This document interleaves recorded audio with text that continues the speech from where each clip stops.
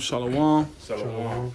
First and foremost, we love to give all glory, honor, and praises unto Yahweh, Bahasham, Yahweh Shai, Bahasham, Chakwadash. And of course, double honors to our apostles and elders of Great Millstone who were well within this ministry and taught us this amath, which is the truth. Peace, love, and salutations to the hopeful elect that preach this truth out of the four corners of the globe, risking their lives and freedom to do so. Shalom, shalom. All right, there's your brother Shamario from the GMS Cleveland branch. Got the brothers Napash Kwadash. Shalom. And the brother Yabakhan. Shalom. And Lord willing, this be an edifying lesson, man. Okay, this is another 2025 update today, or tonight. Now it's tonight in Cleveland, Ohio, March the 3rd. All right, and we got this article, going into Trump and the effects of these 25% tariffs that he has right now on predominantly Canada and Mexico, and it's actually going to be put into effect tomorrow, man. Okay, which is going to change the economy, and it's going to affect you American citizens. All right, because if America has to, if America is putting tariffs on China, Mexico, and Canada, and America gets their imports from these different places, and guess what? It means it's going to cost consumers, it's going to cost you more money to buy those products, whether it's clothes or whether it's whatever it is that's being taxed. If you're an American citizen, all right, and you got that item and it says made in Canada or made in Mexico or made in China, you're going to have to pay more for it, man. You could grab, unless y'all had something to say yours. Okay, go ahead. This is the Newsbreak article. It says, Trump says 25% of tariffs on Mexican and Canadian imports will start Tuesday with no room for delay. Right. So he's no longer delaying this, man. All right, because you've had talks about this since last year, since the end of the last year. You had talks about Trump putting these tariffs on Mexico, and Canada, and so forth and so on. But now he's saying there's no more room for delay. Why? Because Esau knows he has but a short time. Okay, and he's speeding things up, which really is the Lord speeding things up for prophecy's sake. All right, so this is, once again, updating news. You got it.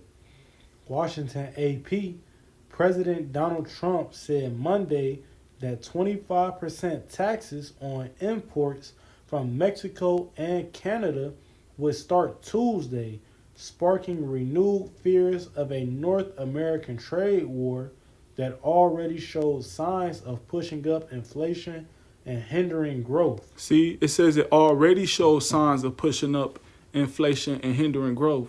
So America is already being affected by it now. All right, I believe I seen an article about a week or two ago going into inflation in America as soon as 2025 started.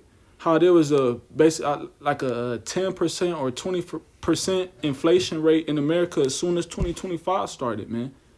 All right, and then now you got people talking about how eggs is sky high, this is sky high, and now it's hard for certain people to be able to buy groceries and sustain themselves throughout the week and budget because they have to pay more for certain things that they need to survive.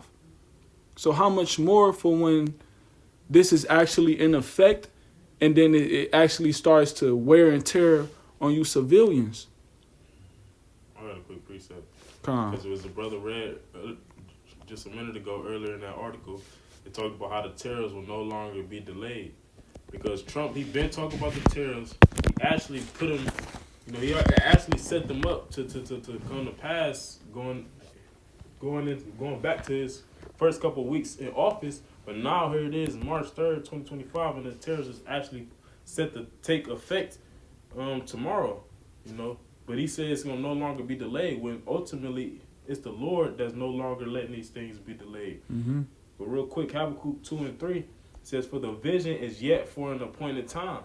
What's the visions? The different prophecies. Because all of this is going to lead to what? It's going to lead to hyperinflation. Mm-hmm. Not just things going up, but things going up drastically. okay, in a short amount of time, which that's prophesied in Revelation the 6th chapter, you know, amongst many other scriptures. So it says the vision is yet for an appointed time, meaning it's going to be a set day, a set month of a set year that the Lord will have the different prophecies come to pass. That's right. And this is the time for it, man. We starting to see the beginning of these prophecies come to pass. All right, with actually you got one of them you got on deck, don't you, Napash? I got a couple. All right, go ahead. Fire off. off. Oh, go ahead. No, go ahead. It says, but at the end it shall speak and not lie. Because the different things that the prophets saw, it wasn't for the time that they was living in when they saw him. No, it was set for the end. Mm-hmm. Okay, meaning the end of the heathens ruling prior to our Lord and Savior Yahweh shall return to setting up his kingdom. When you see, when the Lord is about to return, then that's when you start to see the different prophecies coming to pass. And that's what we see. The famine, which just goes into the scarcity of food and water, we see that being brewed up. You see World War III being brewed up. You see famine of the word, persecution. You see the false prophets. Of course, you see the gospel being spread from one end of the earth unto the other for gospel unto, it's like for a witness unto all nations. So the Lord said that all of these will start to speak in the end times. And it says, and not lie, though it tarry, wait for it, because it will surely come, it will not tarry. But the main prophecy or the main topic at hand is dealing with these tariffs, because all of this is going to directly affect the consumers. It's already affecting the eggs. Okay, eggs were just, what, $3-4 for 12 of them? Now it's almost $7 for 12 of them. So you already see it coming to pass, but it's going to increase and it's going to become more and more intense. It's going to be in your backyard. Exactly. And this is Esau crashing his own system, crashing his own economy so he could build it back up through the NWO and through that system using that C hit, man. All right, and we know that this is what that's leading up to. All right, through prophecy's sake. This is Revelation chapter 6, verse 6. And I heard a voice in the midst of the four beasts say, right, because Salakia, in that article, it said that this would spark renewed fears of a North American trade war that already shows signs of pushing up inflation and hindering growth. So this is not being talked about as a good thing. This is being talked about as starting a trade war, which America has been in a lot of proxy wars and trade wars, right? And not only that, you going to trade wars with people that's supposed to be your allies, which makes no damn sense. That's fitting with prophecy. Not only that, but it's going to push up inflation and hinder growth of your own kingdom. And that's what this prophecy right here that the brother about to read, it fits. Revelation 6 and 6. And I heard a voice in Salaki, can you start at verse 5? Revelation 6 and 5. And when he had opened the third seal, I heard the third beast say, come and see. And I beheld, and lo, a black horse. And when you read throughout the scriptures, depending on the context, black has to do with mourning, grief and sorrow. So that black horse that the brother about to read about, it is synonymous with that. You got it. And he that sat on him had a pair of balances in his hand. When you go into the blue letter for the pair of balances, the Greek word is going to be zygos, which is a literal pair of balances, but it also represents slavery, and it also represents troublesome loss, which that's what would take place in the latter days. You will have slavery, the hardcore slavery that happened to the 12 tribes of Israel, and then also underneath the wicked elite bankers, you will have slavery come back in a digital form. You got it. Revelation 6 and 5, it say, and when he had opened the third seal, I heard the third beast say, come and see. And I beheld, and lo, a black horse, and he that sat on him had a pair of balances in his hand. And also a pair of balances is used for what? For measurement. Mm-hmm. When you're about to measure something, you need to have a scale. That's what a pair of balances is. It's a scale. Okay, so it's gonna tell you what was being read on the scale. You got it. And I heard a voice in the midst of the four beasts say, a measure of wheat for a penny, and 3 measures of barley for a penny. And see thou hurt not the oil and the wine. God, when you go to the measure of wheat and the 3 measures of barley, it's going to say such as would support a man of moderate appetite for a day. So for somebody with a moderate appetite, meaning you only eat once or twice a day, which we know that's not the American diet. But for you to be able to eat once or twice a day, it's going to cost you a penny. Now, when you go into the blue letter for the word penny, it's going to be the Greek word denarios, okay? Or the what is it? The Denarius. Yeah, the denarius, which that was the Roman coin, but it was equivalent to what you would get paid for working for a full day. A day's wages. You know, a day's wages. So the average person today, their day's wages would be about $100 and about $120, you know, $130, somewhere in that ballpark. So that means you got to spend that much just to be able to eat one time for one day. That's hyperinflation. Right. And you people haven't felt that yet, man. The people have not felt that. All right. You people only feel a sense of inflation on the rise.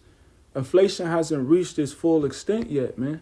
So let alone how much more for hyperinflation. The people gonna lose their minds. Scriptures talk about they shall invade one another, you know, because of lack of bread. You know, roughly paraphrasing. But you got in the past, you can finish that out. Yeah, I was gonna say it's like the brother was going into, that's going into a day's wages, and that's what you gonna spend. Most people work about 5 days on average. That means you only eat 5 meals a week if that's all you work. If that, it might be a portion of a meal. You might just get one side that day. And then it say, so if I can add to you, and that's not even counting the family. That's if support a man of a moderate appetite, meaning that one man know how to eat. He know how to go eating once or twice a day. That's not even including the rest of his family that's used to eating McDonald's 3 times a day, and so on and so forth. You gotta go. I was just gonna say real quick, that made me think of the one verse with Isaiah 4:1, where they gonna get their own apparel, eat their own foods. And that day, hey, this for me. This what the Lord gave me.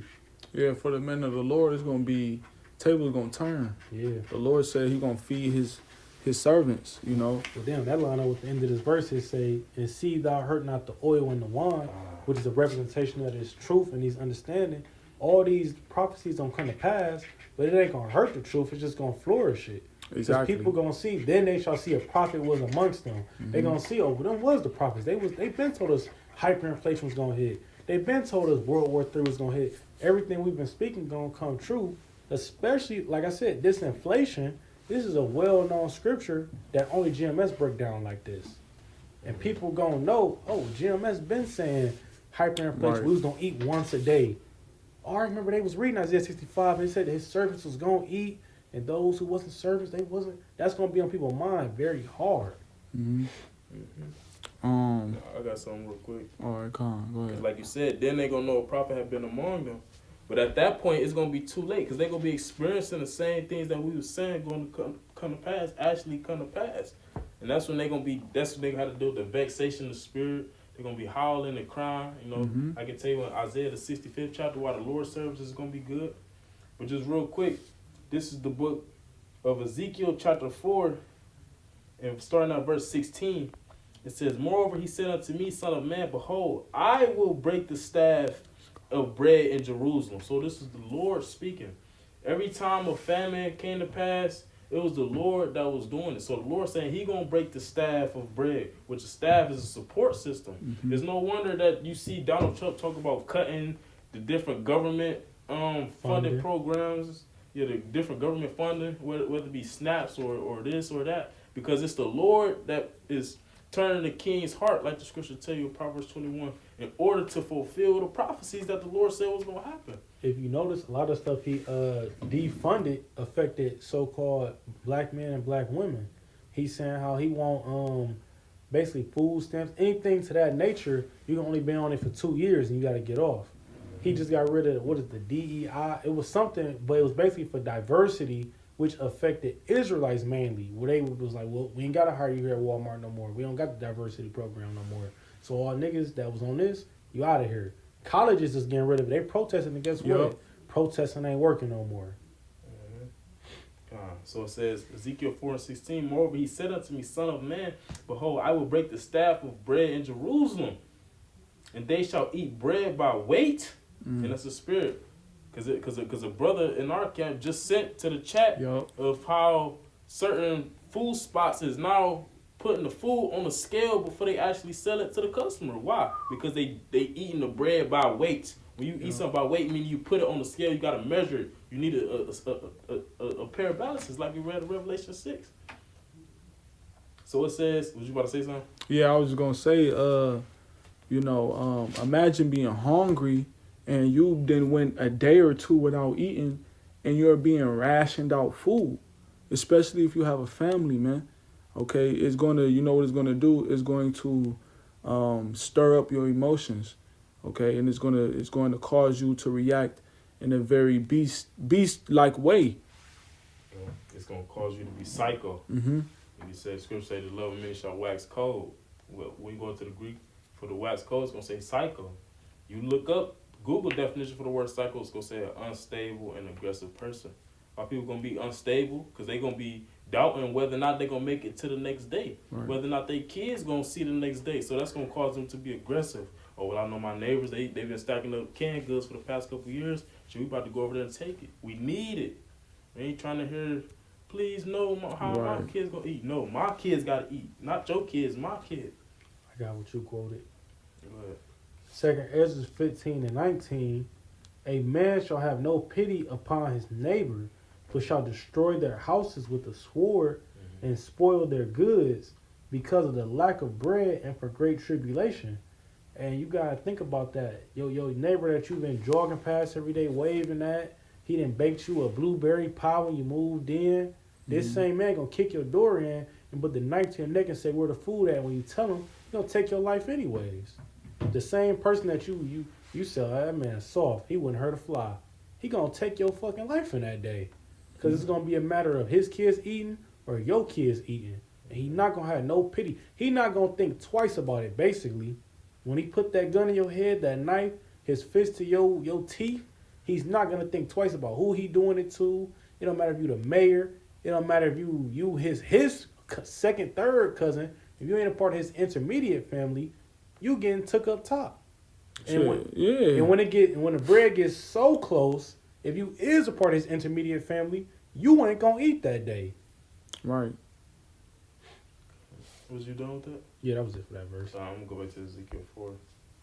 I'm going to read verse 16 again. It says, moreover, he said unto me, Son of man, behold, I will break the staff of bread in Jerusalem. So ultimately, it's the Lord that's bringing the famine, that's bringing the scarcity.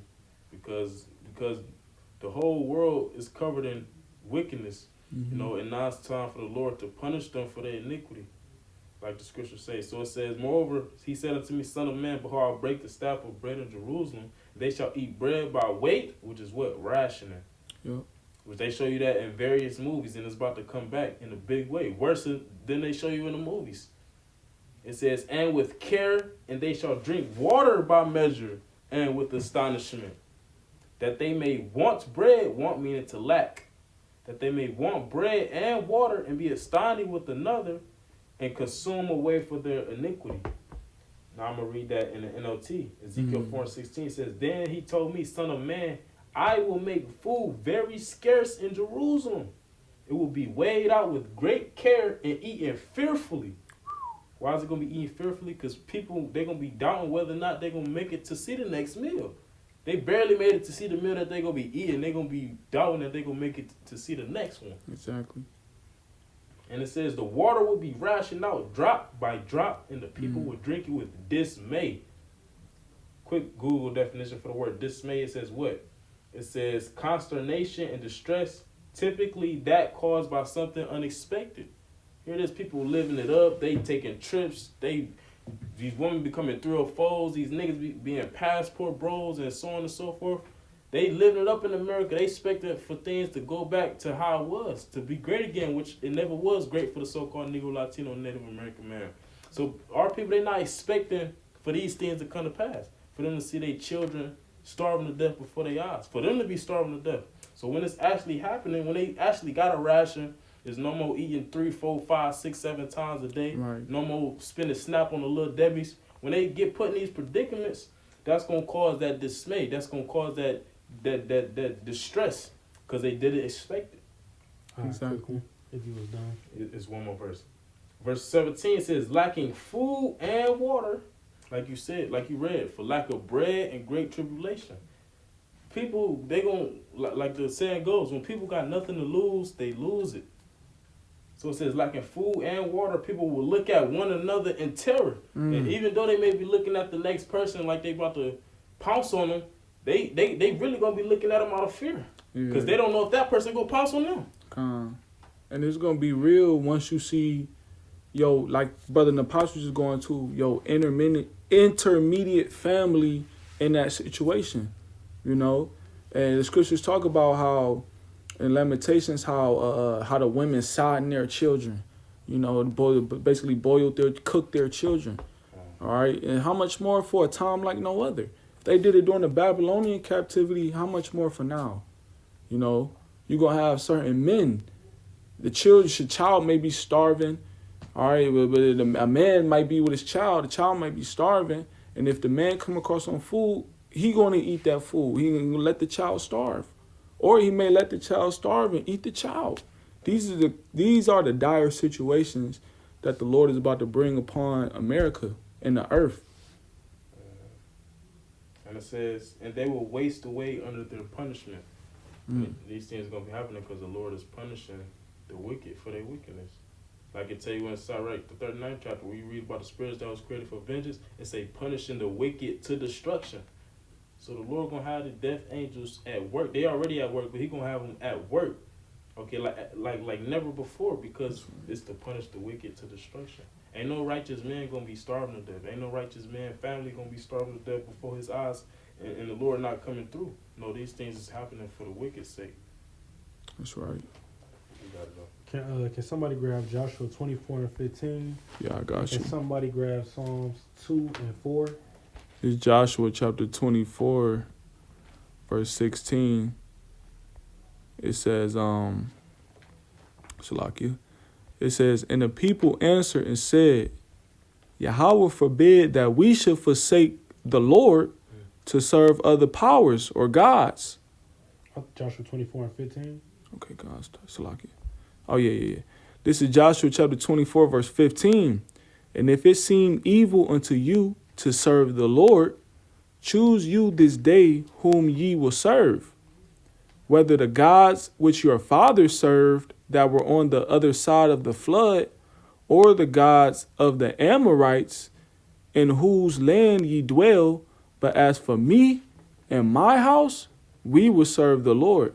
Hey, it's the same thing going on today. We in that same spirit of Joshua, because it don't matter what God you niggas serve, whether it's the God on the other side of the flood, whatever God your grandma believed in, or whatever my granddad told me, I should just touch the statue of Buddha. Whatever you think gonna give you power, choose today who you gonna serve. Is you gonna serve Yahweh Bahashim Yahushua, or you gonna serve JC that's on every corner, or your Muslim cousin that got a couple he good with his words and it sounds very good to you?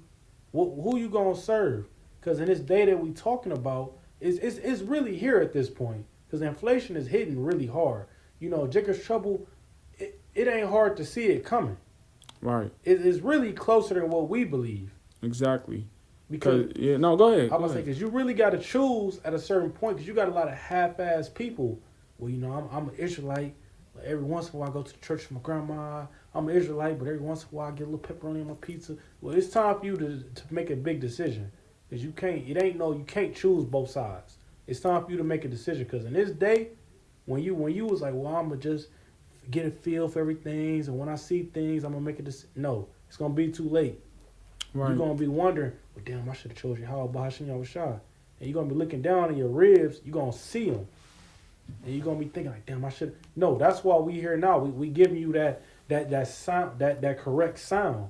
We giving you the breakdowns. We giving you the warning of what's to come.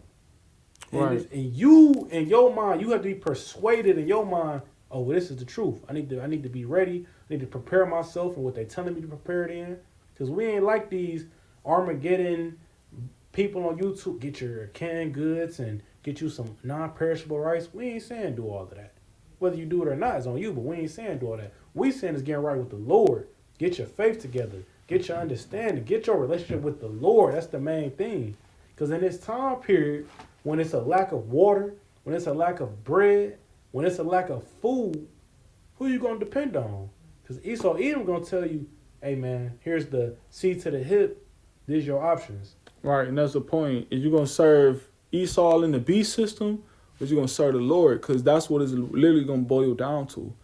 You're going to have to pick a side. Esau, the Lord is going to use Esau to make you pick a side. All right? Is you going to, because if you trust in yourself and you say, fuck this, I'm about to go rogue, and I'm about to trust in all this stuff I've been stacking up, like the brother in the pot saying, then the Lord's going to get your ass. One of them plagues is going to get your ass, man. Whether it's famine, the beast of the field, Esau, Edom and his troops, or whether it be a pestilence or a disease, or you dealing with the elements of the earth. You going to get got, man, if you are that number to be destroyed, okay? But if you serve Esau, Edom, and you take that sea hit, then you're going to take part of that second death. But if you serve the Lord, then there's chance for you, man. And that's the point. That's why we come out with these lessons and warn you about what's actually going on in the world, to warn the sincere so they could foresee the evil and hide themselves, man. I was just thinking about how the Lord will keep us from these evils, things that I personally saw. I remember Elder Tanyai, he was speaking about how the biggest waterfall in like Northeast Ohio is smack dead in the hood of Cleveland. But a nigga that's in the hood, he not going to go to that waterfall when it's a lack of water. He going to go straight to Esau, Edom in the grocery store and say, well, what I got to do for a bottle of water? Not knowing you got a fucking million gallons of water falling freely with real minerals in it. And they're not going to know that waterfall is right there. You walking past it every day, they'll get a bottle of water. But the Lord is going to have to let come straight to that waterfall. Con. Did you want that Psalms? Con. Just the book of Psalms, chapter 2, and verse 4. It says, he that sitteth in the heavens shall laugh, the Lord shall have them in derision. Start up something about sure. You want to start from the top. No. Just yeah, I guess you start from the top. Psalms chapter 2, verse 1. It says, why do the heathen rage and the people imagine a vain thing? The kings of the earth set themselves and the rulers take counsel together against the Lord and against his anointed, saying, let us break their bands asunder and cast away their cords from us. Hey, because you better believe all these tariffs, taxes that you're seeing, really, that's mainly to oppress Israel. Because like I said, a lot of those things they speaking about, they mainly attack Israel. But who are they second, got something called secondhand smoke. Who is it affecting? The rest of the United States of America. Your so-called Edomite, he feeling them effects of them effects are supposed to be targeted for us. Because here it is, the taxes on cars, what's that supposed to do? Make Jake want to depend on the system more. But now your so-called Edomite, it's going to make it hard for him to have a car. And ultimately, the Edomite, he in such a spirit of, we're going to destroy the Lord and his people. You destroying yourself trying to destroy us. But, hey, we ain't going to be destroyed. Little do you know. Right, that was the point. The whole point, because these heathens, Esau mainly, think their kingdom going to last forever, man. All right, because we once had these devils in captivity, right? When you even think about during the time of King David, you think about the Dark Ages. We once had these devils and these heathens in captivity, man. All right, but then what did the Lord do? The Lord ended up loosening that devil for a season, and now he's in rulership over the rest of these other nations who have a seat in his rulership, in his kingdom. All right, so that was Esau basically breaking off the bands asunder and casting the cords away to put us, it was his turn to put us in captivity, man. And now that we're in his captivity, this is the end. We're at the end of his captivity, and we're seeing what this devil is doing, man. Okay? This devil, he's putting 25% tariffs on China, on Canada, to do what? To make his kingdom last. That's why the scripture said, why do the heathen rage and the people imagine a vain thing?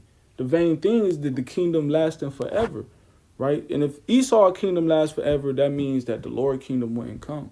That's void of prophecy, you know. So we obviously know that Esau's kingdom is going to fall.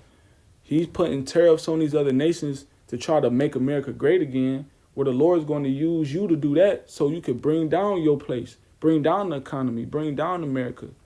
And then once you think you're about to build it up with your chip, that's when the Lord is going to disrupt you, man. According to Job, the 20th chapter. That's why I say Psalms 2:4 says, "He that sitteth in the heavens shall laugh; the Lord shall have them in derision." And the Lord basically looking down like, look at these niggas. Right. These niggas goofy. Because all the heathen, mainly Esau, Edom, think that they're going to be able to rule. Okay? And when I say that, speaking in terms of, because you got the American Edomites, they beef with the Russian Edomites. Mm-hmm. So the Russian Edomites that think they going to come into power next. And at the same time, you got the so-called Chinese, which is the biblical Moabites. They think they going to have a chance next. So you got all these different heathens raging, meaning they all over the place. They all fighting each other, imagining vague things. But the whole time the Lord looking down, laughing, because he know he going to have them in derision, meaning what? He going to disappoint their ass. And on top of that, he going to be mocking them. He mocking them right now through his men. Because we know through the spirit of power, Yahweh Shema Shai, none of these heathens got next. But rather, we got next. So when we see them saying certain things, it's like, look at this. They really goofy. Because they don't got next. We do. Exactly. That's why they in derision. The Lord have deceived them, you know. And their deception is that this place going to last forever. You got some? Yeah, kind of. This is Proverbs chapter 1. It's like an apple chapter 1. This is Proverbs chapter 3. Chapter 3 and starting at verse 23. Or I'll start at verse 21. It says, "My son, let not them depart from thine eyes. Keep sound wisdom and discretion." Because to bring it full circle, you know, it's troublous times ahead for America. You know, Babylon is not going to be healed. Like it tell you in Jeremiah 51. We will have healed Babylon. But matter of fact, can you go there real quick, Biblical shot? Because these tariffs is making, Trump imposed the tariffs and present it to the public as if it's going to make America better. Right. When in all actuality, is literally going to make it worse for the Americans. You got it. He think he about to do the call your bluff game. Eventually, these other countries gonna crack, and they gonna ease up, and then that's when we gonna rise back up into power.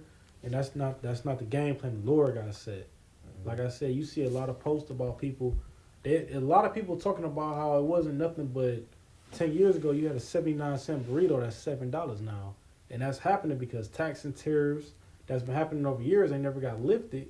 And again, the American people, they got to get used to, well, this is life now. Mm-hmm. Here we go, another year. Well, this is life now. This is life now. Eventually, we'll get to the point where this got to collapse. Come.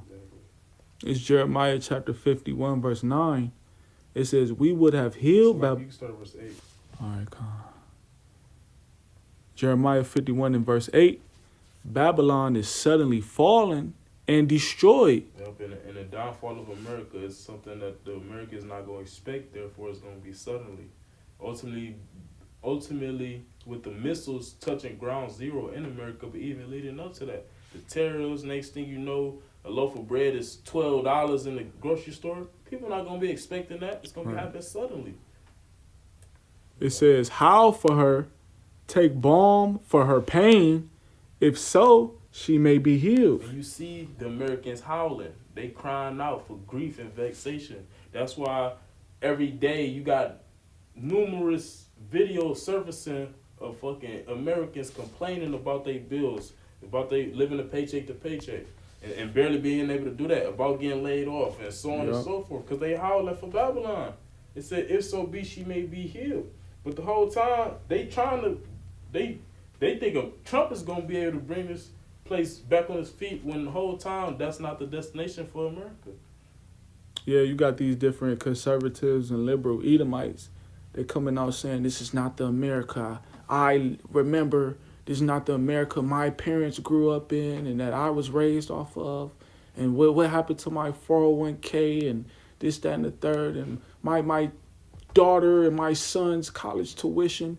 These are the things that they worry about, man. They howling.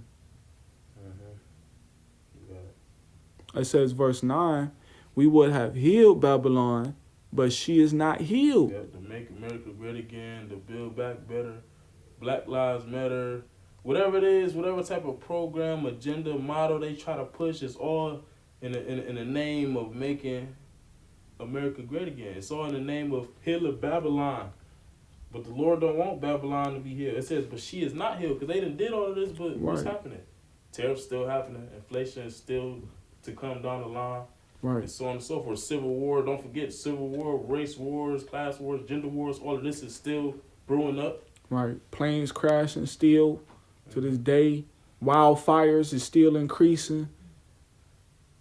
It says, forsake her and let us go every one into his own country. And that's the realization that the heathen is coming to and is going to continue to come to.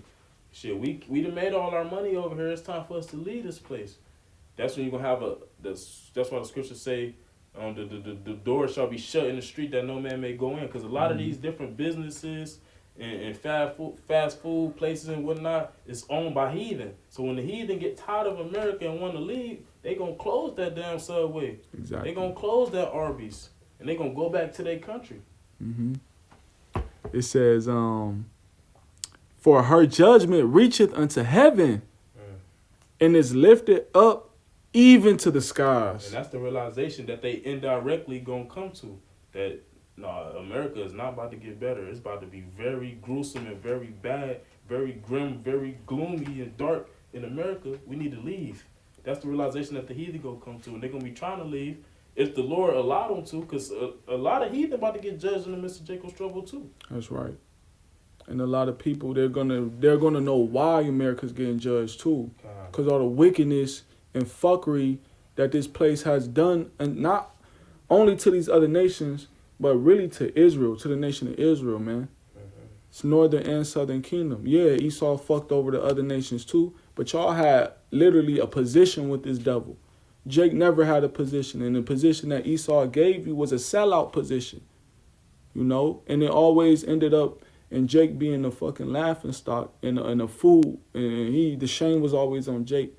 So people are going to know that the reason why America is getting judged, because the judgment and the sins of this place is going to be full, just like it say in Revelation 18. It's okay. Yeah, that was it. Yeah. Okay. Calm. Mama God, there's this Proverbs chapter 3, because it said Babylon is suddenly falling, you know, and we know the scriptures. It's very scriptures speak about how the destruction is going to come sudden.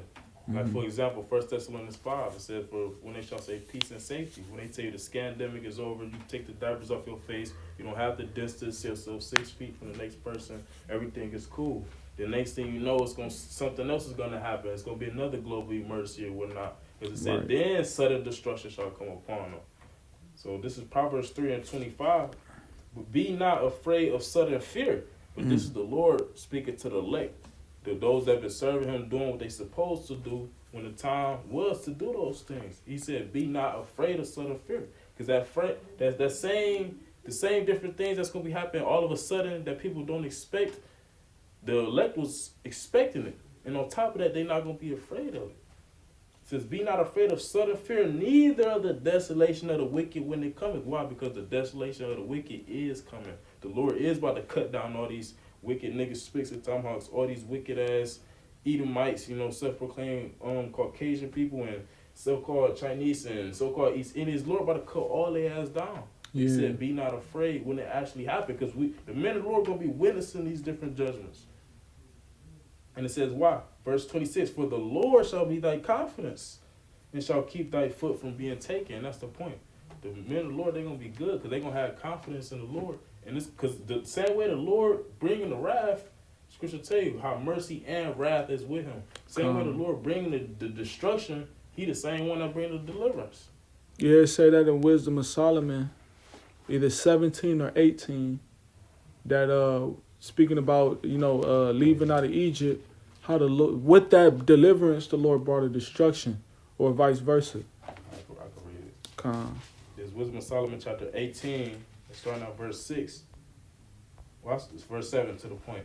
It says, so of thy people was accepted both the salvation of the righteous and destruction of the enemies. See, that was synonymous. And that's going to happen again, this being the second Egypt. Just like how the Lord destroyed Pharaoh and his army in the Gulf of Suez, but through that happening, we were delivered out of the Gulf of Suez, you know. So that's a clear example of the salvation of the righteous and the destruction of the enemies simultaneously. And in this time, it's going to be what? Thermonuclear missiles raining down while the chariots is zapping and blasting niggas. That's the destruction of the enemies. But the Lord simultaneously going to be beaming up the elect. That's the salvation of the righteous, man.